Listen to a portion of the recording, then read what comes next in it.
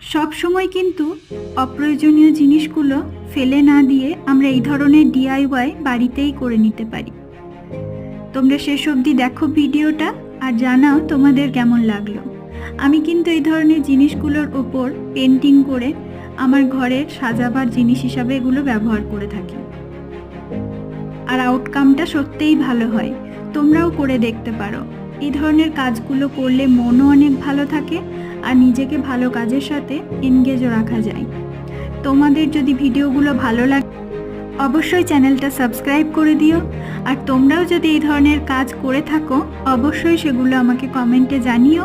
তোমাদের কাজগুলোও শেয়ার করো, আমিও দেখব। আর আমার কাজটা কেমন লাগলো অবশ্যই জানাতে ভুলো না। সবাই ভালো থেকো, সুস্থ থেকো। দেখা হচ্ছে পরের একটা ভিডিওতে।